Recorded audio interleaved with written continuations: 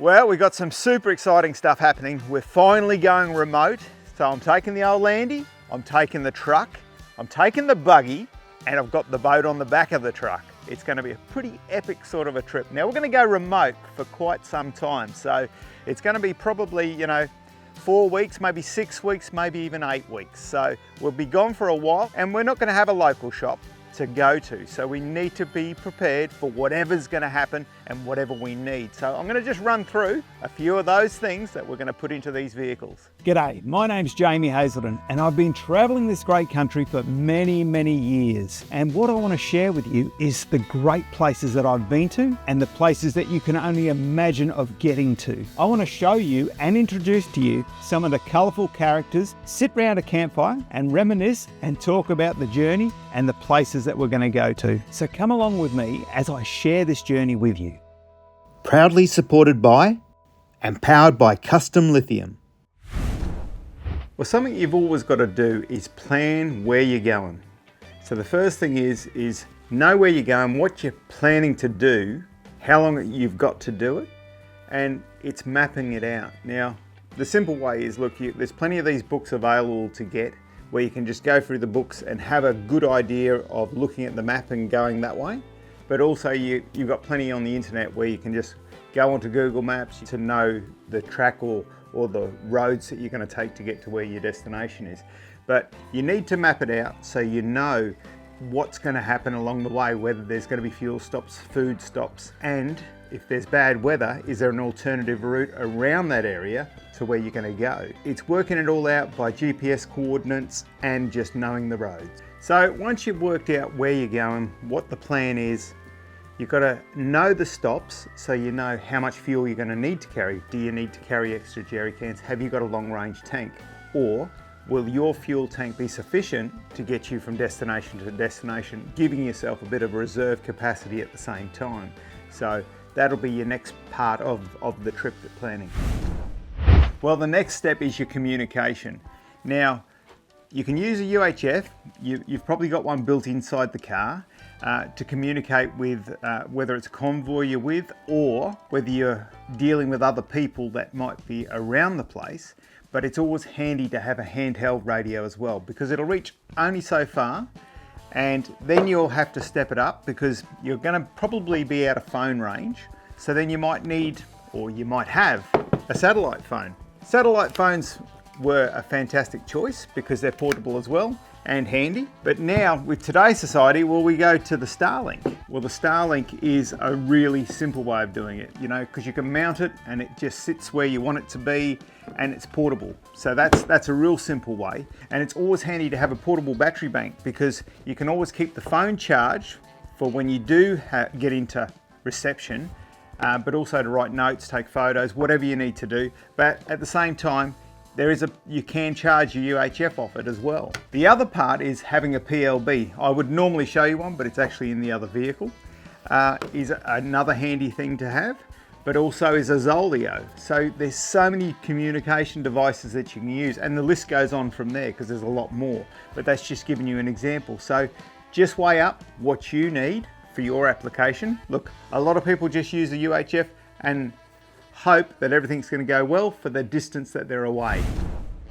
And then it's your other essentials that you need to travel with, and like having a snake bite kit, having your own first aid kit. I've got a big first aid kit, I've got a small portable first aid kit. So depending on if I'm going for a hike, I'm not going to take the big monster one, I'm just going to take a small one. Having a torch, having a headlight, they're all little devices that come in super handy. Having suntan lotion, having a hat, sunglasses, the list goes on of what you can need. But you just sit down, plan it out, what you think you're going to do on that trip.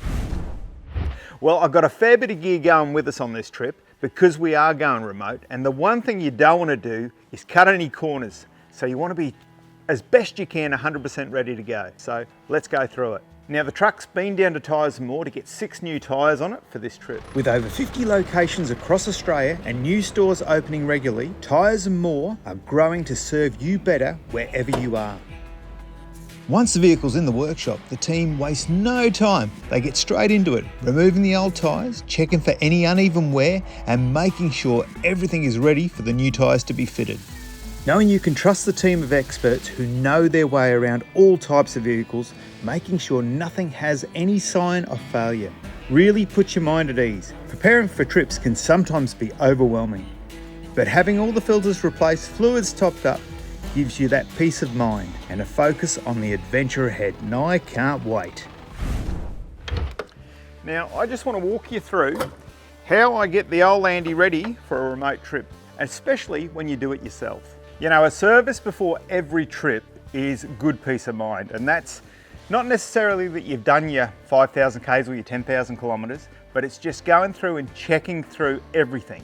Now, the crucial part for me, I need to know that I've got stuff with me. I may take a big container with me of my engine oil because I might have to do an engine oil change while I'm on the trip, but you just never know. It's having spares or having them with you, because I mean, I always have power steering, brake fluid, wheel bearing grease, diff oil, gearbox oil, all those sorts of things, and even your coolant.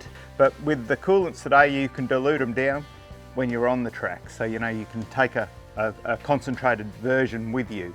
But it's so important, and I found it's super handy to grab one of these sort of little pumps. You get them from Super Cheap and all auto barns and all those sort of places. It goes into your 1 litres, goes into your 5 litres, but it will make it easier to pump the oil into those harder to get at places. Now, a prime example for us last trip is we blew out a gasket which was on the gasket plate of the rear diff. And of course, we could get by putting a bit of like a Celastic over the top of it just to help seal it off for the time being, and then we could top it back up with oil. So it got us through and got us by for that trip. But another handy tool to have is like a big syringe, you know, a nice big thick one, because if you haven't got that pump, you've got the syringe and you can pump the oil into the diff or the gearbox or something like that. And you know, it comes back to another important part is to carry an extra fuel filter or two, because you might pick up a bad batch of fuel. So you've got a filter to get you through there. And also, you never know how bad the dust is going to be, because you know, some of them roads, and you might get stuck behind a road train or whatever it may be, and even when you're pulling back, you've still got the vehicles coming towards you that throw up so much dust. So having another air filter spare is another handy tool. But yeah, just having all your filters with you. Now, I've just changed the belt on this, so I'm going to keep the fan belt as a spare, the old one. And the same with the air filter. I've put a new air filter in, and I'll just hang on to the old one because it's not that bad, but I'm just doing it for peace of mind. I've just changed it. Well, that's it, just making sure all your oils are topped up. Well, the key is preventative maintenance. You just go through, check all your hoses, check your hose clamps, just to make sure, because I can see something here, you know, that's rubbing. So, I mean, I'll put a zip tie around that, and then that way, I know it's not going to rub through. Now, a very important part is the tyres, because that's what's on the ground, that's what you're rolling on, so you want to make sure you've got your tyre pressures right before you leave, but at the same time, before that, you want to check everything. So, for instance, if you're not aware, you've got, like, these are newer tyres, like they've got about 8,000 or 9,000 Ks on them, but just in here, right there, you can see that's a tread wear indicator that tells you your depth. Now, if you're getting down to that, it might be time to change the tyre and put some new tyres on if you're going on that big trip, because the last thing you want to do is try and get tyres wherever you are, because you just never know if you can get them or how long you might have to wait for them. And not only that, you want to just check around the sidewalls inside and out to make sure that they all look healthy, that you've got no tears or no gouges out of them. But at the same time, if you feel that you've had a bit of a vibration, or is it time for you to rotate the tyres, make sure you go and get them rotated before you leave, or get them rebalanced. You know, sometimes you might even need a wheel alignment if you've been doing a lot of forward driving, because the bouncing up and down places can throw the tyres out of whack, and a wheel alignment goes a long way, especially when it can be quite costly once you wear the inside of a tyre out or something like that. And look, and when it comes to picking the tyre for the trip, make sure you work out what sort of trip you're doing, because do you want a mud tyre or do you want an all-terrain tyre? You know, both suit different circumstances, but an all-terrain tyre will work very well in dry conditions, dirt roads, all those sort of places, but it'll get you out of trouble if you are in a bit of mud, where a mud tyre works hands down all the time in whatever the conditions might be, but they will wear a lot quicker and they will be a little bit noisier. Now this is something to keep in mind when you're choosing the tyres for you. Now another important thing that you'll want to check is your brakes. Now check, you know, how much wear the pad's got, if they need replacing. Check if there's any scores on the discs or if the discs need machining, because I mean when you apply your foot to the brake and you can feel a shudder, it might be a good time to either replace them or get them machined. Now that is a crucial part. Now in a case of us, we actually had this is one of my calipers off this, and one of them was seized. So the piston wasn't going in and out, and I wasn't aware of it at the time. I learnt it the hard way when it wore the disc down to nothing hardly. There's nothing barely left on that disc, but yet the other side was moving in and out properly. The other side wasn't. So it's something you want to take care and understand it. But another crucial point is understand how to bleed your brakes if this should happen. And a lot of the new cars have sensors, so they'll stop the situation unless you fix that sensor. Now suspension. Now that is something that's going to be the comfort of the trip, just like the tyres. Now when it comes to the shocks, for example, you need to just make sure you check your rubber bushes, or if you've got nolithane ones, to make sure that they're good, they're not worn, because if they are, or in my case, in my spares, I carry a spare set of rubbers with me because I've actually flogged them out before on the trip. So it's always handy to actually have that with you, because at the end of the day, if you've got sagging suspension or worn out suspension, the ride's not going to be comfortable, and you're soon going to know when you've got the load in the back of it. You know, and another important part is to make sure you've got no weeping or no leaks of oil running down the shocky in any which way. But if you find that you're uneven, it could be that one of your coils or your leaf springs have got a bit of a sag in it, and then that is something you want to take care of pretty quick. When you've got leaf suspension, now a good way to do it is get like a crowbar,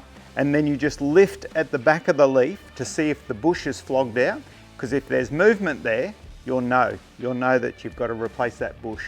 Now another one with, in fact, ours is the push test. The easy way to do it for yourself is a push. So see how I'm pushing that down and it's really gradual to go up? Well, if your suspension is starting to sag or it's starting to have a few issues getting old, it'll just go up and down like that. It'll be hopping.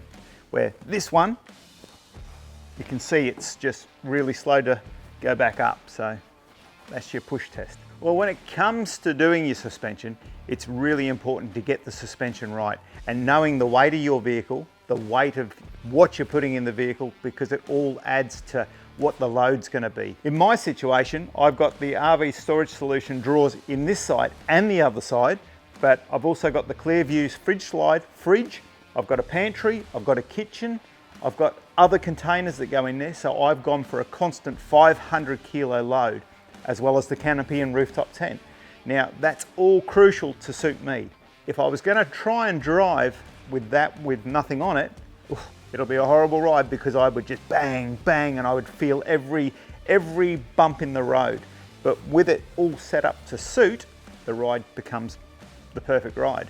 Now that goes for the front as well, because if you've just got the vehicle and you want to add a bull bar to it and a winch, that all comes to weighing up the front. So you want to get the suspension right for that by knowing them sort of weights. So it all comes part and parcel of that ride, where you're going, to knowing what's going to suit you.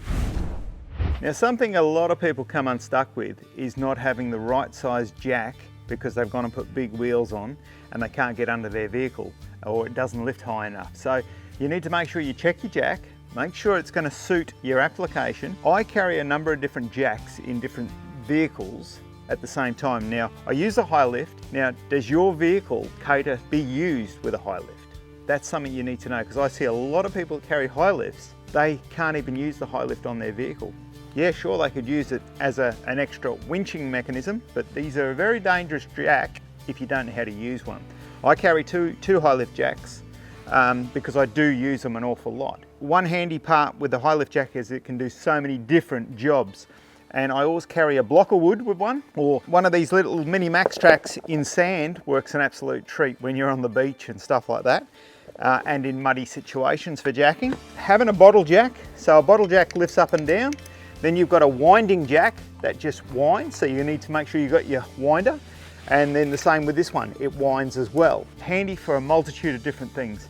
But the most important part is when you're doing jacking up, if that handbrake doesn't hold, you make sure you've got some chocks as well. Another 1,000 reasons of having the application right with your jack. Now, fuel storage is another important thing to work out how much fuel you've got, how you're going to carry the fuel, where your fuel stops are on the way. In my case, I carry a spare up in here of diesel, so I've got a spare 20 litre always. But not only that, I've got 2 fuel tanks on this vehicle, so I'm covered whichever way you look at it, but that's just my backup if I need it. Now on the other side of things, I might carry one of these in the other side holder. Now that might be for the boat, it might be for the buggy, you just never know. Now, something you may not know, you may know. So they use yellow for diesel, they use black for diesel. And then the sandy, as you can see right there, it says diesel on it. So you'll have the same thing. So that's a steel jerry can and these are plastics. Now with petrol, you'll have a red one. And this is an old army one that's been painted red. So that's what I use for petrol as well. So that's something for you to consider when you're packing up your vehicle for your fuel storage. Now, another important part is tools. Now, you can have tools, but you sort of really need to know how to use them. Now, in my toolkit's a bit more extensive because we're going remote, so we take a lot more stuff, and I've got a cover for a truck, a boat, a buggy, and the landy, you know? So, I mean, it comes back to, first of all, a ground sheet. Have a good ground sheet because you just never know the conditions of what you've got to lay down in. And then just having, whether it's a toolbox, in my case a tool bag, and what you carry in the tool bag. I've got a lot of different stuff. Now in this one I've got wire strippers, I've got tin snips, I've got screwdrivers, I've got all those sorts of things in that pocket. In this pocket here I've got more screwdrivers and strippers.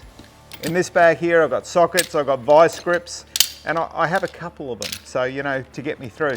And I also have the trusty old shifter, because you just never know if you've got that odd bolt nut you can't get off. In this end I've got all the electricals, a bigger shifter. I've got terminals, I've got heat shrink, I've got all sorts of just odds and ends, you know, Anderson plugs, a few nuts, bolts, screws. In this end here, I have my electricals, as in a multimeter and files. Now I flip it over, and on this side, in my case, I've got a cover for imperial and metric spanners. And then on this side, I've got the metric spanners. So I've got it covered in both aspects for whichever the vehicle may be. So that's my tool bag. Now, a trusty old hammer, pry bar, crowbar, Stilsons. I carry this tool here. This is actually for the fan on a Land Rover, so I can spin it off, and tyre levers, because you never know if you've got to peel the tyre off, clean the mud out of it, whichever it may be. So, but again, you don't need all this sort of stuff unless you're prepared for those sort of trips. You just need your general sockets, screwdrivers, pliers, just to get you by. So that's just my toolkit for my trip. Now it's really important to make sure you check through your electrical system before you go on that trip. You know, like put the fridge on, make sure it's all running the way it should be running, but before you're going to do any of it, you need to make sure that the batteries are fully charged to 100%. Now, whether you've got a voltmeter or a percentage reader, a shunt that measures everything, you need something to know that that battery's in good condition or health, or even you might even have an app for your battery, you know, to know where it's actually situated. So it's really important to know that the health of the battery is good, how your fridge is performing. If you need to do any electrical upgrades, try and do it a week or two before you go away on your trip to make sure it's all running smoothly and working well. because the last thing you want to be doing is fixing it on the track. Now, you've also got to sort of work out a place where you're going to have your spares and how big that container is going to be, because take in consideration, you've got filters, you've got belts, you've got air cleaners, all those sorts of things. But then I have another list of stuff which is in this little box here, where I've got, you know, a pulley with a bearing in it. I've got rubbers for the shockeys. I've got end caps for my axles. I've got radiator hoses, and the list goes on and on. I've got lots and lots of bits and pieces that I know I may need. I can carry some of this stuff for years and not use it, but it's just that one day when it wears or it needs replacement, I've got it with me to do it. Now, for the truck, the box goes up in size. So the box I've got there carries all the stuff I need for the truck. You know, it's not everything, but it's all the necessities that I think I'm going to be needing. Now, something else that's super handy to carry with you is a tyre repair kit. Now, I've done plenty of videos on these before on how to use them and whatnot, but they're a very simple, straightforward kit for putting these rope tyres through. Now, it's always handy to have spare valves, spare caps, and of course, the most important part of it is make sure you've got a compressor, whether it's portable or built in. And you know, always check the age of that spare tyre you've got. And if not, replace the tyre so you've got another tyre. But if you're doing remote, you might want to take a spare carcass just to throw up on the roof or whatnot. So if you need to change the tyre out on that trip. Now, trip preparation is something that can take some time to get it all sorted. You know, when you're working all week, you've only got the weekends to get ready for that little holiday or that trip away that you're going to do. So it's take your time with it. Now, in this instance, checking the winch, making sure that your solenoids on the electric winch are all working, that your remote control or your plug-in lead is all connecting up properly.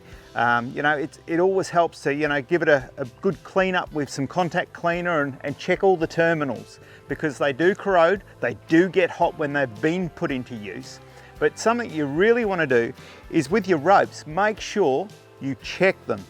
Because I mean, if you haven't used it for a long time, it's sitting out, well, it might be sitting out in the weather, the rain, in the sun, all those sorts of things. So it's good to check the rope, but you know, take it right out and spool it back on.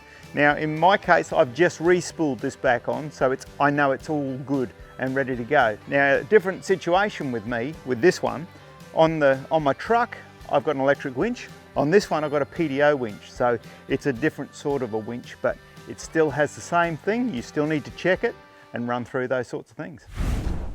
So the next part you get to is the recovery gear. How much recovery gear do you take? How much do you need for that trip away? In my circumstance, I've always got plenty of recovery gear because I do a lot of recoveries to other people that get stuck, but I've got to be prepared for myself. So you've got to look at the trip you're doing. You might only need a snatch strap. If you're doing a bit of harder stuff where you've got a winch involved, well, you'll need your full kit with you, and you might carry it in a bag, you might carry it in a box, or you might just fit it all in one drawer. So in my circumstances, I've got, for this vehicle, it's all fitted into this one drawer with some spares that are down in my side boxes, but I keep basically everything here, from sacks for cleaning up some rubbish, right through to all my recovery stuff, from winch extensions to snatch blocks, you name it, shovel, it's all here.